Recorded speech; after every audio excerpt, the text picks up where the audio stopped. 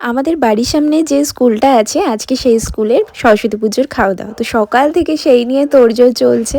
আর দেখছি সবাই মিষ্টির যে বড় বড় গামলাগুলো সেগুলো সব স্টুডেন্টরা ধরে ধরে নিয়ে যাচ্ছে, পারছে না তো তবুও কষ্ট করে হলেও ওদেরকেই নিতে হবে, কারণ এই জিনিসটা আমাদের মধ্যেও আমরা ছোটবেলায় লক্ষ্য করেছিলাম। যদি স্যার ম্যামেরা আমাদের কোনো কাজ করতে বলতেন তো নিজেদের আলাদাই একটা সেলিব্রিটি মনে হতো যে সব কিছু করে ফেলবো, মানে যেটা কাজটা হয়তো বাড়িতে কোনোদিন করিনি সেই কাজটা হয়তো স্কুলে করে ফেলতাম। তো এভাবেই আজকে দিনটা শুরু হলো। তো নমস্কার and welcome to my new vlog.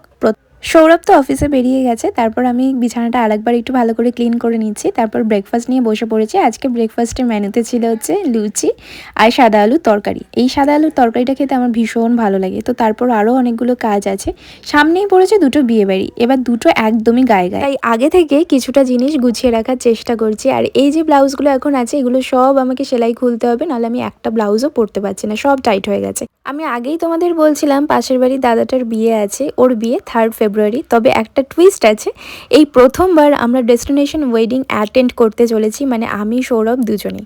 তো 1 তারিখে আমরা বেরিয়ে যাচ্ছি আলিপুরদুয়ারের উদ্দেশ্যে। এবার কথাটা হলো যে আমি বুঝতে পারছি না ওখানে কেমন কি ঠান্ডা রয়েছে, মানে আমাদের কলকাতার মতো এখন যা ওয়েদার সেরকমই আছে না তার থেকেও বেশি ঠান্ডা, মানে কীরকম কি সোয়েটার বা জ্যাকেট নেব সেটাই বুঝতে পারছি না। মানে বেশি ঠান্ডায় পরতে পারবো সেরকম কিছু নেব নাকি কম ঠান্ডায় পরার মতো সেরকম কিছু নেব। আচ্ছা, যদি তোমরা এরকম কেউ ওখানকার কোনো দিদি দাদা বা ভাই বোনেরা কেউ এই ভিডিওটা দেখে থাকো অবশ্যই কিন্তু আমাকে কমেন্ট করে জানিও, আমার খুব হেল্প হয়। এবার বলি যে দুটো বিয়েবাড়ি কেন, আসলে ওখান থেকে ফিরতে না ফিরতেই আমার পিসি শাশুড়ির ছেলের বিয়ে আবার 6ই ফেব্রুয়ারি। আমরা ওখান থেকে ব্যাক করছি 5th ফেব্রুয়ারি ভোর 6টা নাগাদ, মানে রাত্রিবেলা, মানে 4th ফেব্রুয়ারি রাত্রিবেলা আমরা ট্রেনে উঠবো, ফিরতে ফিরতে এখানে 5 তারিখ হয়ে যাবে। এবার সেই দিন আবার দুপুরবেলাতে পিসি শাশুড়ির ছেলের আইবুড়ো ভাত আছে। তো সকালবেলায় এখানে কোনো মতে মানে একটু রেস্ট নিতে না নিতেই আমাদের আবার ওখানে ছুটতে হবে। যদিও পিসি শাশুড়ির বাড়ি সামনাসামনি, তো সেই জন্য আমাদের মানে যাওয়া আসা করতে পারবো, কিন্তু এই যে সব কিছু গুছিয়ে না রাখলে না তখন সব কিছু ঘেটে যাবে একদম।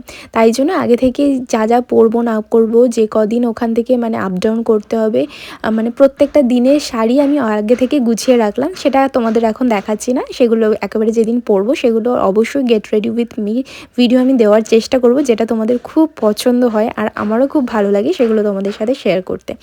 তো চলো, সামনের দিনে খুব ভালো ভালো সুন্দর সুন্দর ব্লগ আসতে চলেছে, আশা করি তোমাদের সেগুলো দেখতে ভীষণ ভালো লাগবে। ওই যে সকালবেলা তোমাদের যে ব্লাউজগুলো দেখাচ্ছিলাম যেগুলো আমার সেলাই খুলতে হবে সেগুলো এখন দোকানে দিতে যাচ্ছি, তাই একটু হালকা ফুলকাভাবে রেডি হয়ে গেছি। আমি আর আমার শাশুড়ি মা দুজন মিলে আবার বেরিয়ে পড়বো। তো এখন ওয়েট করছিলাম সৌরভ আসার, কারণ সৌরভ যতক্ষণ না আসবে ততক্ষণ আমরা বেরোতে পারবো না, কারণ গুবলি একা রয়েছে আর আমার শ্বশুরও এখনও পর্যন্ত আসেনি, ওনার আস্তে আস্তে মোটামুটি 9টা সাড়ে 9টা বেজে যায়। তো এই করে করে দুজনে মিলে রেডি হয়ে বেরিয়ে পড়েছি। এবার রাস্তায় যেতে না যেতেই এই ঘুগনি কাকুটার দোকানে দেখেছি, মানে আমি অনেক দিন ধরে না ভাবতাম যে একটু আলু কাবলি খাবো। আসলে সামনে স্কুলটা দেখে আমি বিয়ের আগেও বলতাম সৌরভকে যে খুব ভালো হয়েছে, তোমাদের বাড়ির সামনে নিশ্চয়ই আলু কাবলি বসে, বলে না এখন বন্ধ করে দিয়েছে বসা। তো এই কাকুটাই নাকি আগে বসতো করোনা হওয়ার আগে। তো হঠাৎ দেখতে পেয়ে মা বললো যে উনি না ভীষণ সুন্দর ঘুগনি বানায়, তো ঘুগনি নিয়ে নিই। আমি বললাম ঠিক আছে ঘুগনি নাও। তো সেই জন্য আমরা দু জায়গায় একটুখানি ঘুগনি নিয়ে নিয়েছি, আর তার সাথে একটুখানি আলু কাবলিও নিয়ে নিয়েছি, তো সেটা পার্সেল করিয়ে নিয়েছি। এবার যাচ্ছি ওই দোকানটার দিকে, আর তার সাথে একটুখানি পনিরও নিয়ে নিয়েছিলাম। তো ওই যে দোকানে মানে রাস্তায় যখনই আমরা বেরোবো দুজনে, তো টুকটাক সংসারের জিনিসপত্র মানে খাওয়ার হোক কি মানে কি বাসনপত্র এগুলো তো আমাদের নিতেই হবে, এগুলো আমাদের বাধ্যতামূলক একটা ব্যাপার। তো চলো অলমোস্ট চলে এসেছি এই দোকানটাতে।